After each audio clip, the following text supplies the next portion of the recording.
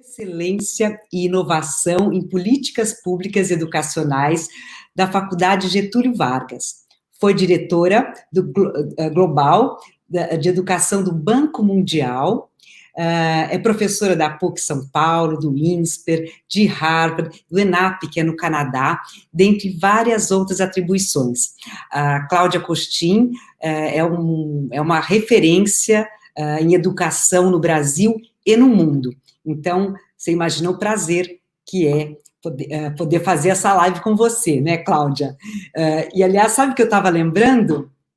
Há um tempinho atrás, você também aceitou um outro convite para participar da abertura do Congresso Internacional de Neurociências, Saúde Mental e Educação. Lembra?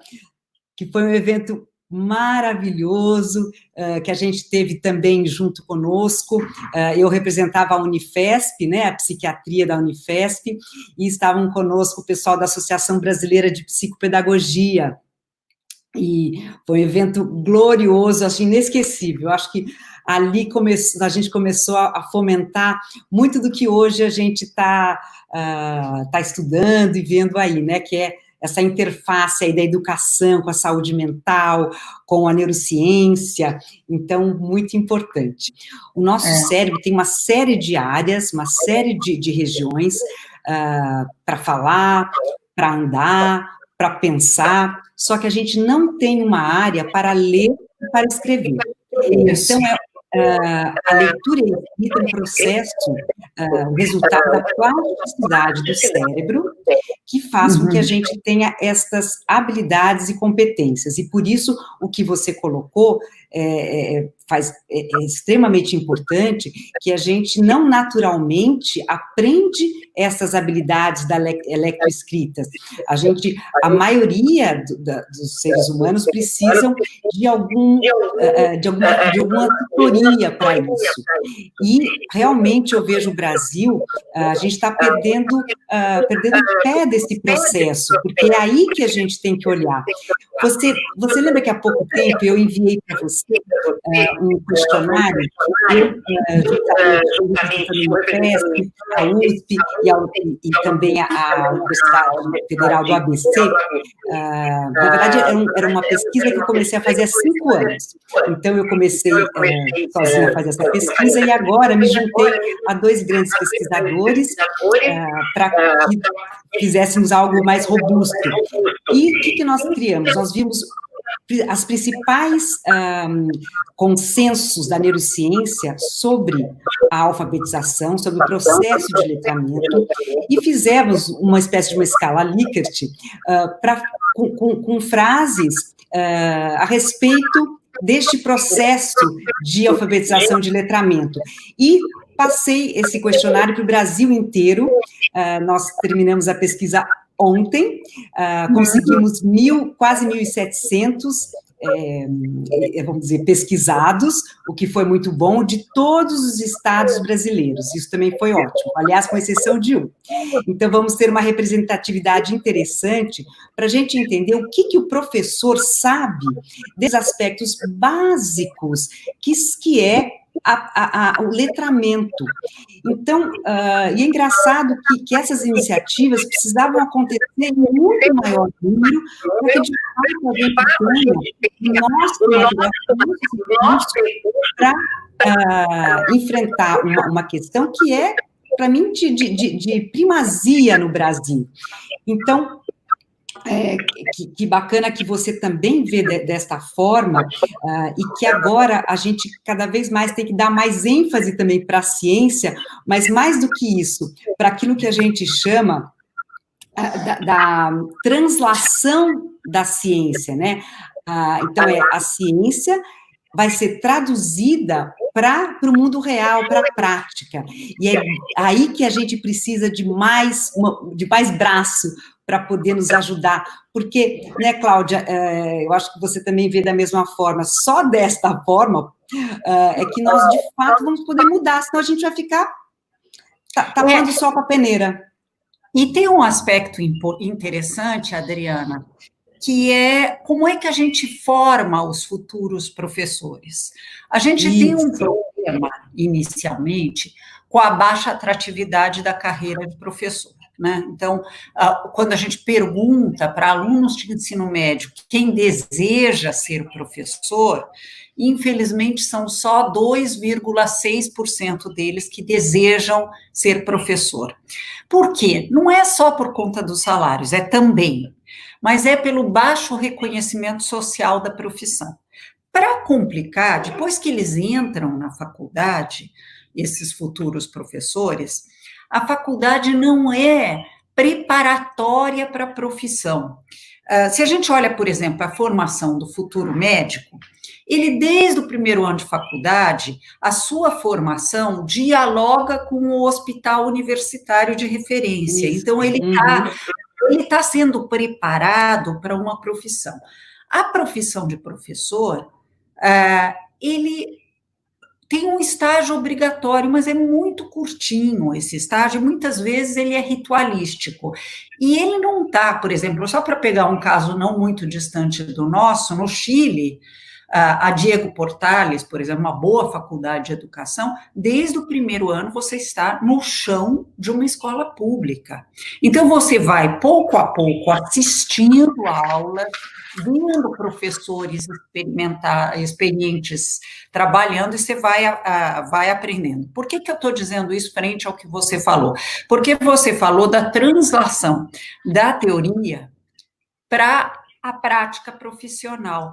Enquanto a gente não olhar para o professor como um profissional e que tem que ser preparado para uma prática profissional, a gente não vai avançar, a gente não vai sair do buraco. Ele não é que ele não aprende a teoria da neurociência, ele não aprende nem a teoria e nem a prática, então ele não vai saber como traduzir isso em prática. É verdade, eu vou só fazer uma parte, não, e é corroborando o que você está falando. Eu outro dia li uma matéria que você...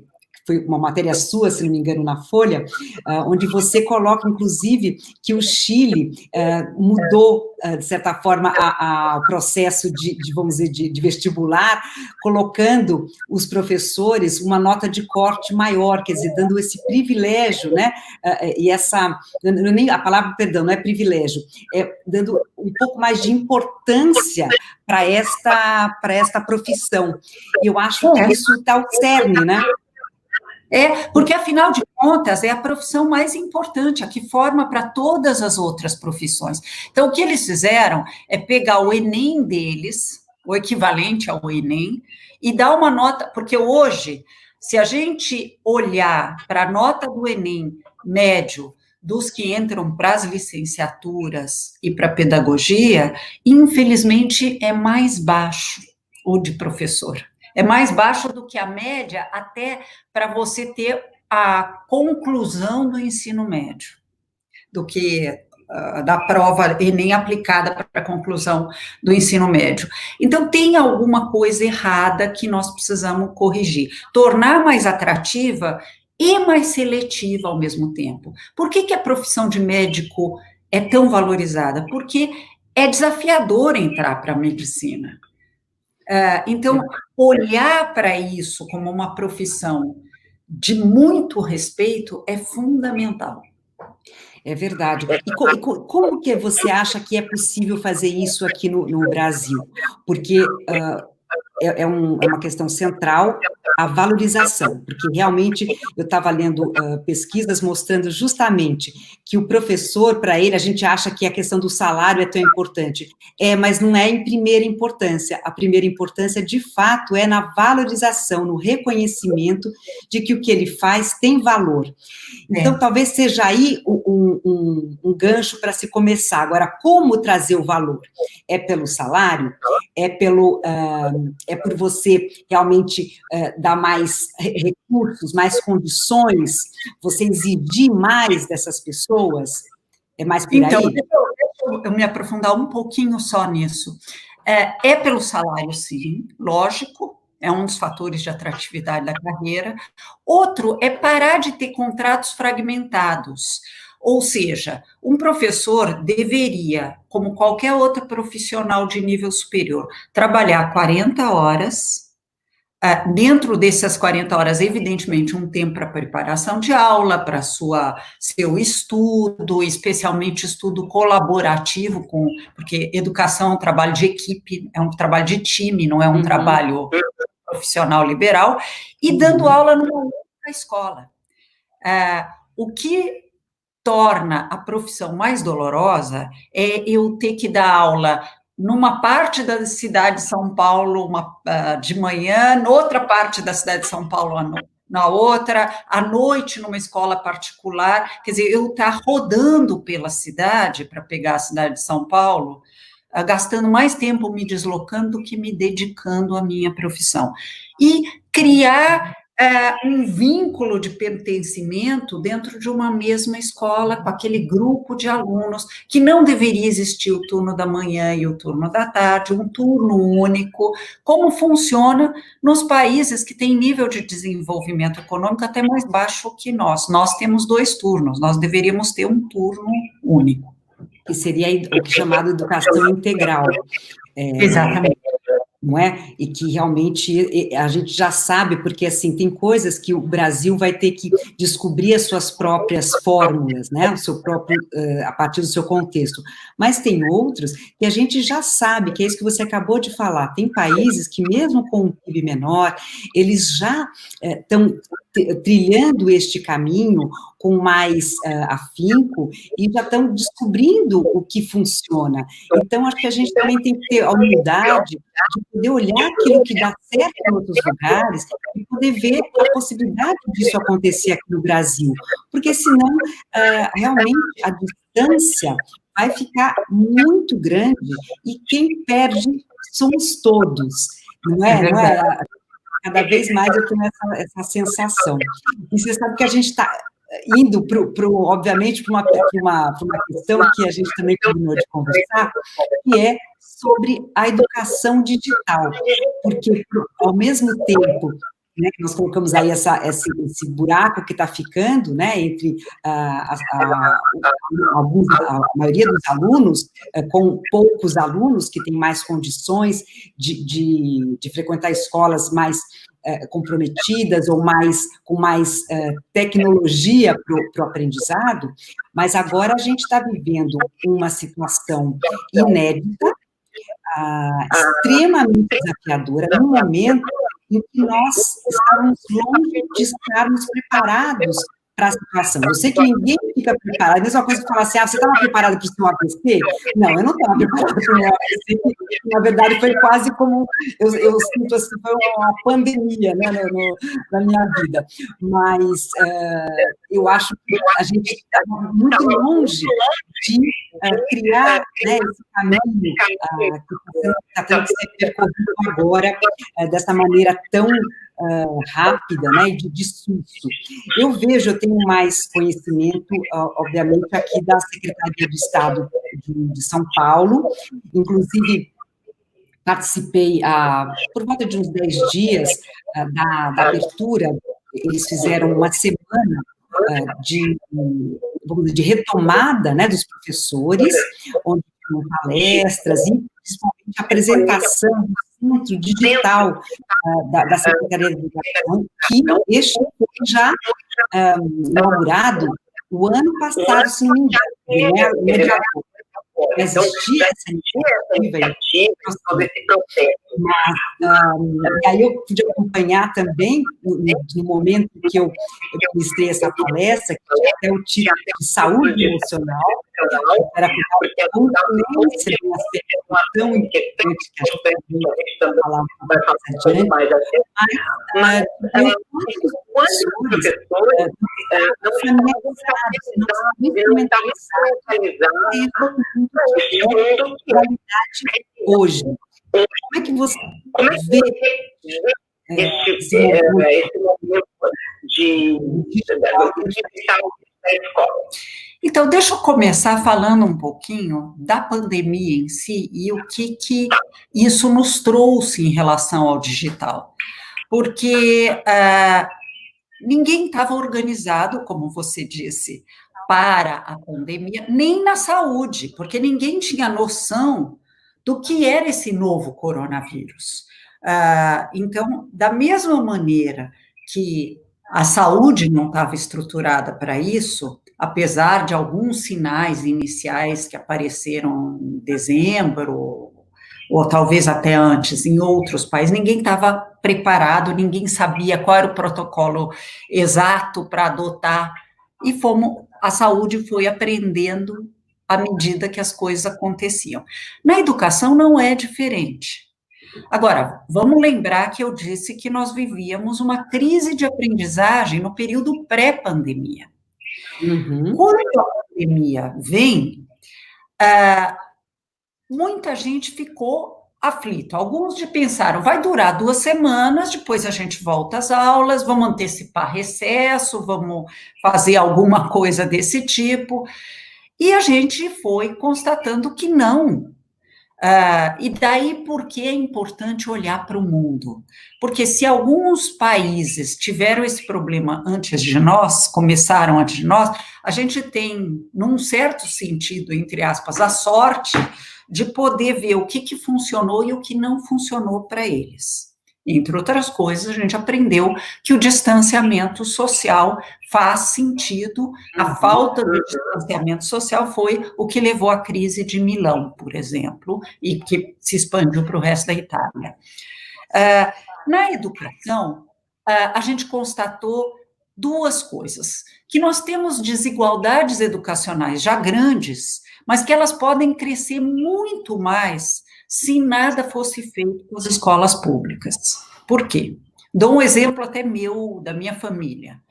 O meu neto está numa escola particular no Rio de Janeiro. E nessa escola particular, ele com 7 anos, no 2º ano, ele recebe atividades para fazer, ele está numa casa onde há livros, ele está numa casa onde há conversas, e aí eu comparo com um aluno médio de escola pública, cujos pais têm uma escolaridade muitas vezes mais baixa, um repertório cultural mais limitado, não há livros em casa em muitas das casas, e não há um acesso generalizado à conectividade, ao online. Se a gente não fizer nada, o que vai acontecer é que, no tempo, as desigualdades educacionais vão aumentar de uma maneira brutal. Houve um argumento no começo da crise educacional, na crise da resposta educacional ao coronavírus, em que pessoas disseram, não, mas como os nossos alunos não têm, uma parte deles, acesso ao online, não vamos oferecer online para ninguém, para igualar todos os alunos que estão em escola pública. Teria sido um grave erro. Cada 5 lares no Brasil, 4 têm conexão de internet. Pode ser uma conexão imperfeita, mas há alguma coisa. O que nós tivemos que fazer é olhar o que o mundo está fazendo frente a isso. Pegar o caso de Portugal. Portugal, que tem uma situação de inclusão digital parecida com a nossa. Eles combinaram online, então o digital, com televisão, em que o Brasil tem uma presença muito grande, com cadernos de atividades. Para fazer o quê? Não para garantir uma aprendizagem igual à escola. Não tem como substituir dentro de casa a escola. Não tem. Mesmo os países que têm protocolos para homeschooling, quem acaba praticando com competência homeschooling são professores universitários, e mesmo assim, uma vez por semana tem que ir na escola, tem toda uma organização para que isso aconteça. Pai e mãe não são professores, essa é uma profissão complexa. Então, o que foi feito é tentar mitigar os danos causados pela ausência durante muito tempo da escola. É disso que se trata. Então, a maneira de enfrentar isso foi uma combinação de televisão, usando um aprendizado muito interessante, muito pouco conhecido no Brasil, que é o do estado do Amazonas. O estado do Amazonas, por conta das populações ribeirinhas, e do fato de que muitos deles, dos jovens ribeirinhos, estão chegando no ensino médio agora, eles não tinham como deslocar professores de física, de química, para viajar de barco 3 dias, voltar 3 dias para só dar 2 aulas. Então, eles começaram a criar agrupamentos de grupos, porque a baixa densidade demográfica, então, de 10, 20 jovens que estão no ensino médio, com televisão e com um centro de mídias localizado em Manaus, que irradiava por satélite aulas preparadas por professores da rede para todas essas escolas dentro da floresta. E um professor dentro de cada uma dessas casas, desses agrupamentos, que organiza o ambiente de aprendizagem. Isso permitiu que o acesso à educação fosse bem mais amplo do que seria se não existisse essa estratégia. Como Manaus já estava preparado para isso, isso permitiu que Manaus, não, o estado do Amazonas, isso permitiu que o município de Manaus pudesse fazer uma coisa bastante competente usando televisão. Hoje, a aprendizagem emergencial remota de Manaus é uma das melhores do Brasil. Olha, o Centro de Mídias de São Paulo estava usando na televisão, essa semana passada, os vídeos de Manaus, até que eles tivessem o tempo de preparar seus vídeos. Tudo isso para dizer o seguinte, a tua pergunta foi sobre educação digital.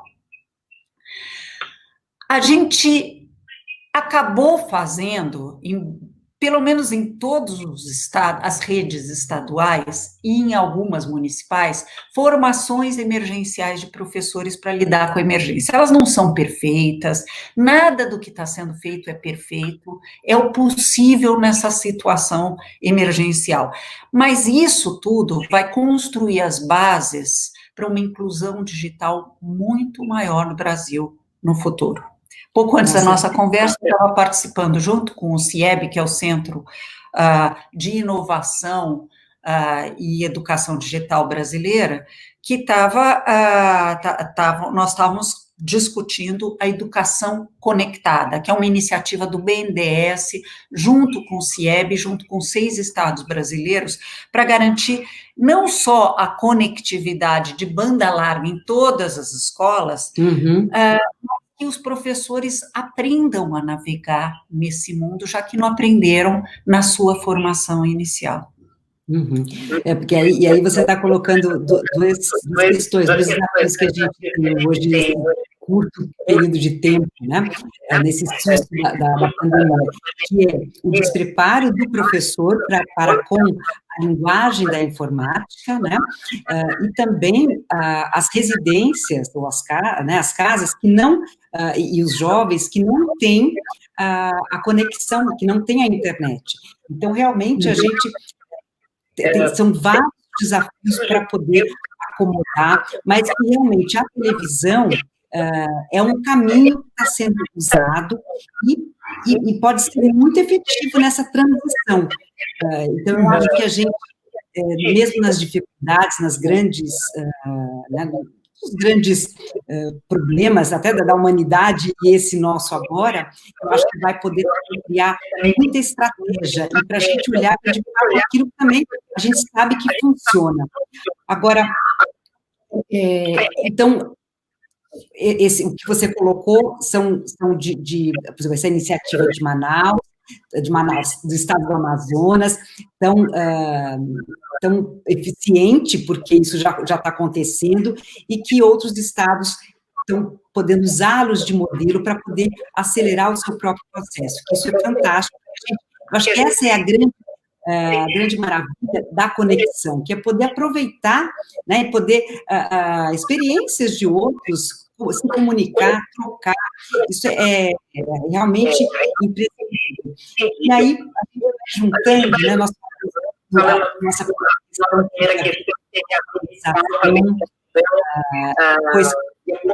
agora, um pouco da questão do digital, E agora, eu queria entrar na questão da formação do educador, mas mais no sentido das competências socioemocionais, porque isso já não é novidade para ninguém, a gente não... acho que todas as escolas, até a maioria dos pais, já sabem a importância das competências emocionais, tão importantes quanto as competências cognitivas.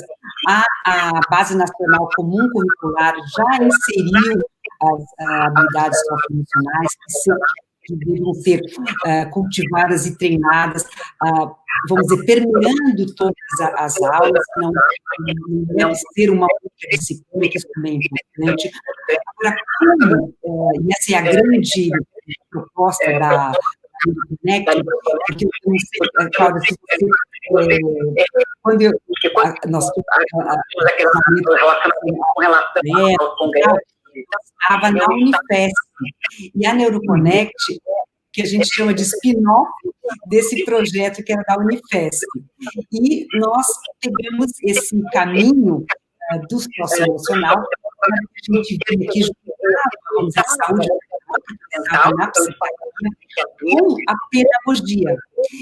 E o socioemocional, no próprio da BNCC, fala da importância do treino das habilidades socioemocionais, não só para a aprendizagem, para o aprendizado das habilidades, por exemplo, da matemática, do português, mas também para minimizar os problemas de saúde mental, porque o treino dessas competências vai fazer com que haja menos bullying, menos outros problemas de ordem de saúde mental.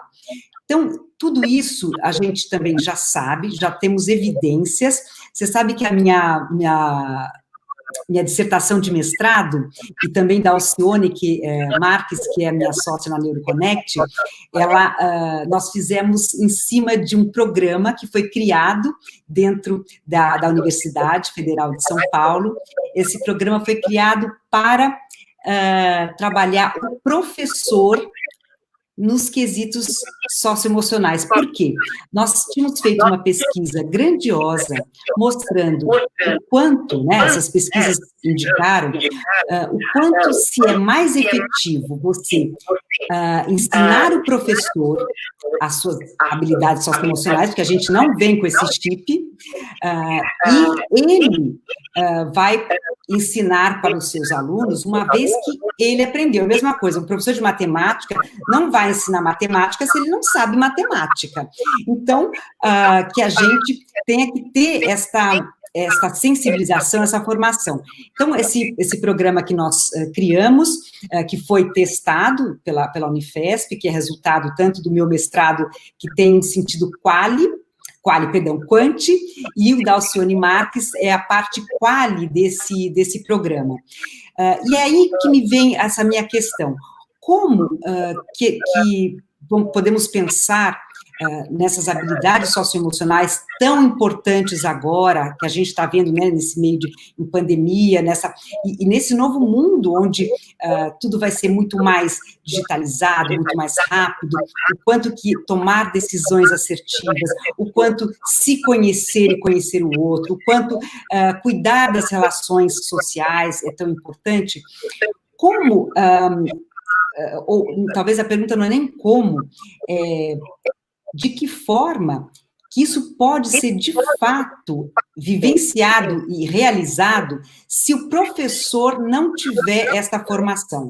Então, assim, a minha assim, cajado na mão para isso, porque tudo que a gente sabe em termos de pesquisa, cada vez mais mostra que não adianta a gente trazer materiais socioemocionais para os alunos e pedir para o professor usar esses materiais com os alunos. Não é disso que se trata. Então, como trabalhar essa realidade? Então, é importante a gente entender, Adriana, que o mundo fora da escola mudou muito. Nós vivemos hoje a chamada quarta revolução industrial. Essa quarta revolução industrial, ou o nome que a gente der, o futuro do trabalho, ou Revolução 4.0, ela se expressa pelo advento da inteligência artificial e de uma automação acelerada que vem substituindo o trabalho humano, inclusive trabalho intelectual que demanda formação de nível superior. Então, muitos postos de trabalho vão ser, nos próximos anos, substituídos por inteligência artificial ou por algoritmos, a gente pode chamar de robôs, para simplificar a linguagem. E isso vai obrigar a educação a mudar muito. Não é só por questão de saúde emocional, é porque a gente precisa ensinar competências socioemocionais por conta de saúde emocional, mas também porque se constatou que se a gente não desenvolver o que são chamadas competências do século XXI, e as socioemocionais se encaixam nisso, nós vamos ser substituídos por máquinas, ou muitos de nós serão substituídos por máquinas. Isso quer dizer que a educação tem que mudar profundamente. E mudar profundamente significa adquirir algumas competências, como resolução colaborativa de problemas com criatividade. Veja como isso dialoga com habilidades socioemocionais. Para poder fazer o processo colaborativo, eu preciso desenvolver algumas competências, desde persistência quanto empatia, porque eu não trabalho bem com os outros se eu não consigo me colocar no lugar do outro. Então, não é só por conta, e nem você disse que era só por conta de prevenção de bullying, que a gente precisa trabalhar a questão da empatia, para nós podermos ser colegiados em que a gente trabalha bem em time, em que eu consigo enxergar a perspectiva do outro. Além disso, a gente vai ter que desenvolver agilidade cultural, que não é exatamente uma competência socioemocional, mas demanda algumas delas.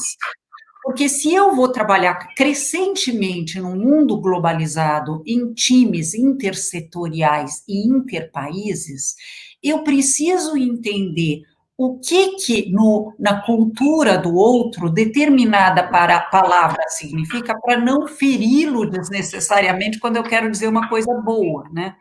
Ou entender os pressupostos de análise da outra pessoa. E, para além disso, nós vamos ter que desenvolver competência para pensamento crítico e sistêmico que os robôs não têm ainda. Né? Criatividade. Por que eu estou falando disso? Para dizer que, primeiro, tem toda a razão. A melhor forma de trabalhar isso na educação básica é desenvolver essas competências nos próprios professores. Se o professor não for empático, não adianta ele falar para não fazer bullying, porque ele é um modelo para os seus alunos. Se eu, professor, e todos nós, se a gente fechar os olhos e lembrar de um professor, a gente vai lembrar de algum professor que fez bullying com alunos. E antes que alguém diga, mas eu não morri por causa disso, quantos suicídios de adolescentes não acontecem por causa de bullying? E que, infelizmente, algumas vezes são feitas por professores. Sim, é verdade. Seja por preconceito racial, seja por preconceito contra crianças vulneráveis, seja pelo fator que for. Então, o professor tem que dizer... Ou outra coisa, persistência. Quando você falou do professor de matemática, eu estou pensando, olha, tem uma disciplina, duas disciplinas que parecem opostas, que servem para ensinar persistência se o professor tiver. Educação física e matemática. E eu me lembro que eu não tinha muito jeito para esportes, viu, Adriana? Eu era meio negação em esportes. Então, no tempo que eu tive educação física na escola, eles escolhiam quem vai jogar vôlei Eu nunca era escolhida, eu ficava muito confortável com não ser escolhida, porque aí eu podia sentar num canto e ler meu livro. Mas, evidentemente, que eu perdi muito de condicionamento físico por não participar dessas né, experiências da prática da educação física. E só adulta que eu fui descobrir a importância de eu investir nisso também na minha vida. E, no entanto, o que eu sinto hoje em relação aos meus professores de educação física? Eles desistiram de mim, eles não foram persistentes, né? Como eu era vista como alguém que não tinha muito talento para esportes, eles acharam que, para quê? Vamos focar no que já sabe. Ou quando um professor de línguas, de inglês, por exemplo, diz, bom, mas esse aluno não tem jeito para isso, eu desisto dele. Então, nós temos que desenvolver nos professores essas competências, não só essas, mas a resolução colaborativa de problemas como um todo, porque isso vai ajudar. Se o aluno vê os professores colaborando, ele se inspira e ele enxerga melhor a colaboração. Então, tem uma série de coisas que a gente precisa trabalhar primeiro nos adultos de referência para que, de fato, as crianças possam aprender. Perfeito, isso é maravilhoso ouvir isso de você, porque a gente tem se empenhado bastante nesse caminho, e ele, por várias razões, ele é, de fato, um caminho seguro para a gente poder fazer esse processo de melhoria da educação, até mesmo porque a gente volta aí a falar da neurociência, os próprios estudos, pesquisas, as evidências mostram o quanto que o professor, se ele, vamos dizer, então, dar o exemplo do socioemocional, se ele experimenta, se ele treina a perseverança, por exemplo, né, que é aquela capacidade que a gente vai além de ser persistente, que é você conseguir mudar de rota quando você vê que não vai adiantar mais continuar indo por aquele caminho, ou mesmo a própria empatia, que a empatia, ela é, além da empatia emocional, tem a empatia cognitiva, e que ambas é que a gente precisa cultivar para que, de fato, a gente possa entender o outro e poder propor soluções para a melhoria desse todo. Eu acho que isso que é o mais fantástico que tem acontecido hoje, é a gente ter a certeza do quanto todos, assim, são impactados com tudo.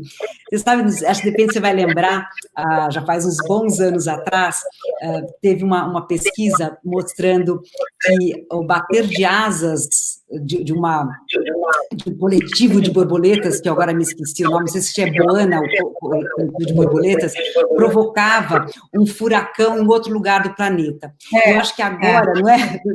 Eu era menina e eu falava assim, meu Deus, que coisa incrível, será que isso pode ser verdade? E hoje a gente está vivendo isso, né, na pele, a gente respira isso, o quanto que tudo é tão conectado, o quanto que uma coisa influencia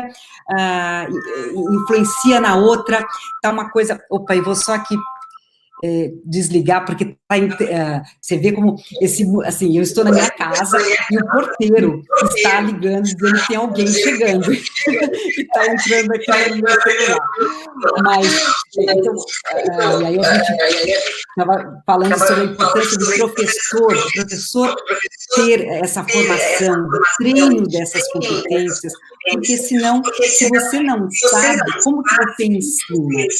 E a gente sabe, e aí que eu tinha falado da neurociência, o quanto que as crianças pequenas, as crianças com até uns 5 anos de idade, o quanto o cérebro delas é extremamente plástico e ávido por estes estímulos, né, que vão criando conexões e que vão fazendo com que esse processo cerebral amadureça, o quanto que precisa do mediador adulto. Então, é tão evidente isso, né, Cláudia? Então, quanto que é importante quem está nos ouvindo, poder refletir, de formar melhor os seus professores, e do próprio professor também ter esse exercício também de humildade, porque, com certeza, eu acho que a grande premissa de todo ser humano do planeta é aprender sempre. Eu acho que hoje a gente está Hoje essa palavra não é mais aprendo na escola, aprendo numa faculdade, não. A gente aprende o tempo todo, toda hora, e o professor é um aprendiz, o aluno é um aprendiz, mas que a gente precisa aprender muito quanto que esse professor precisa ter uma formação mais a contento, uma formação que, de fato, conecte o que, de fato, ele faz. E como que a gente acelera isso, Cláudia? Como que a gente... Então, em primeiro lugar, e aí fica até uma mensagem para os jovens, se você não gosta de aprender, não vá ser professor, porque ser professor significa aprender para o resto da vida. E esse mundo está dando uma interferência aí no som. Está dando uma interferência, eu também não sei o que está acontecendo. Pronto. Melhorou agora? Está dando uma interferência, eu acho que as duas... Eu estou ouvindo a interferência também do seu... Agora melhorou? Melhorou? Eu não sei por quê. Eu acho que não está. Foi isso. Bom, vamos tentar.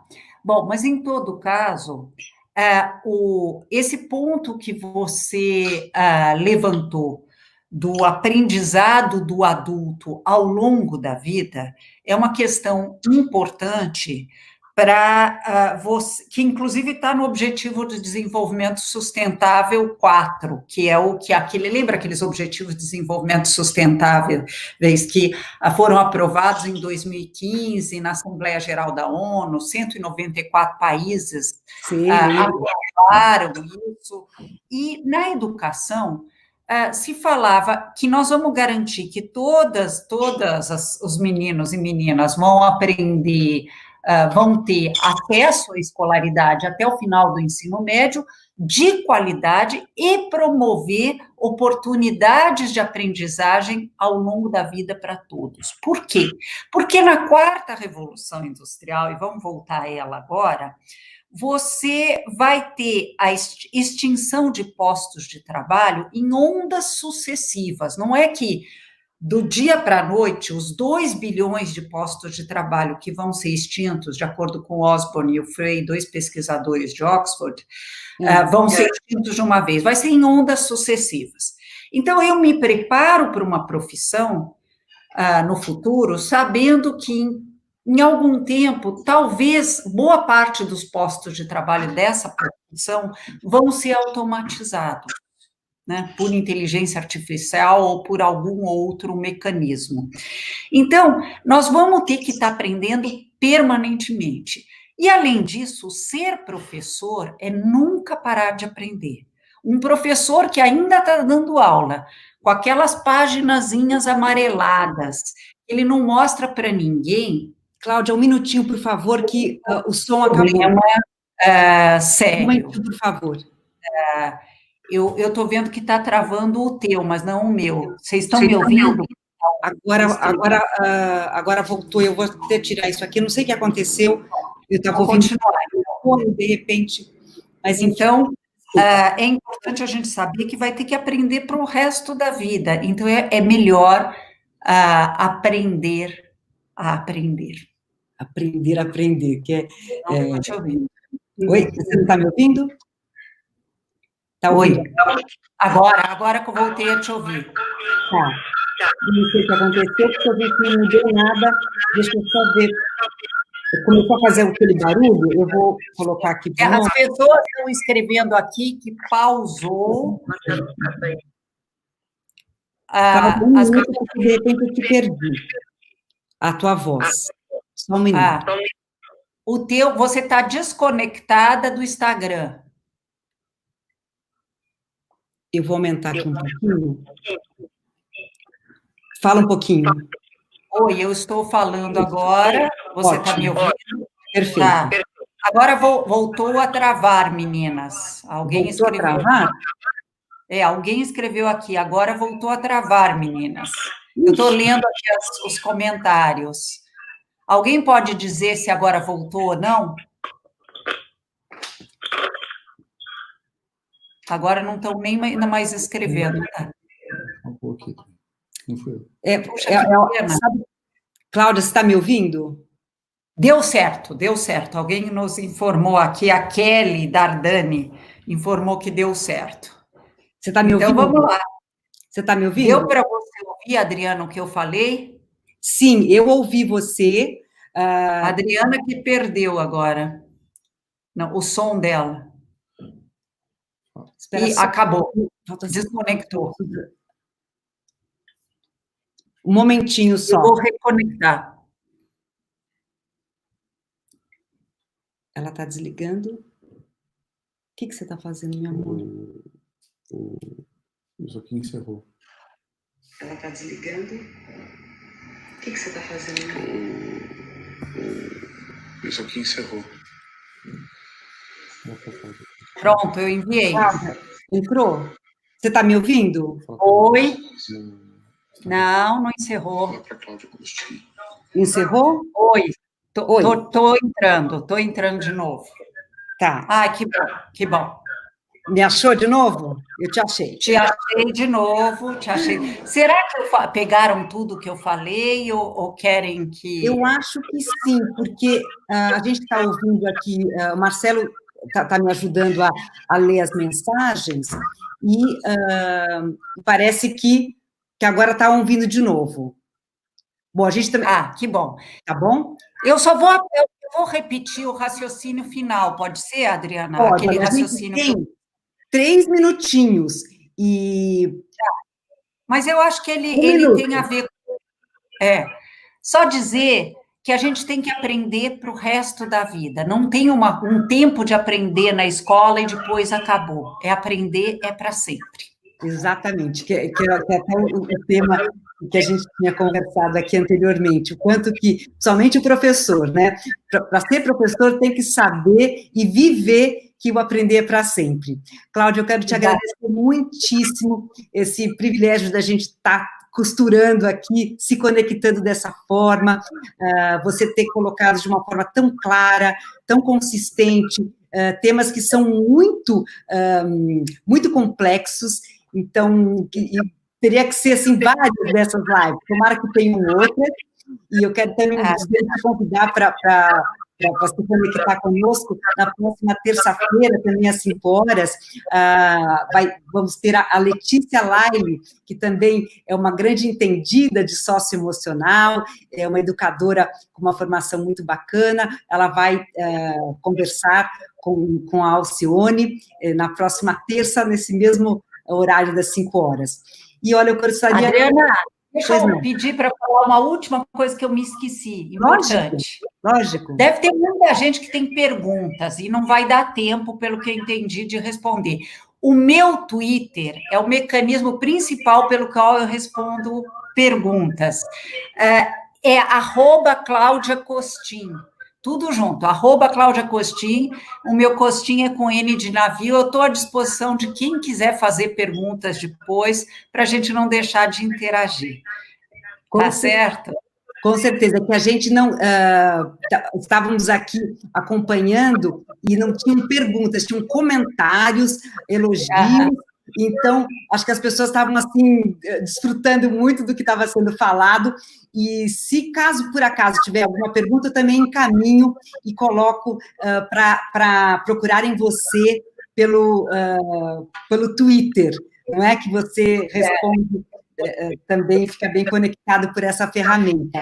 Então, olha, mais uma vez, muito obrigada, e qualquer outras perguntas também que vierem, a gente encaminha também para você também acompanhar tudo que gerou a partir deste nosso encontro, dessa nossa conexão aqui.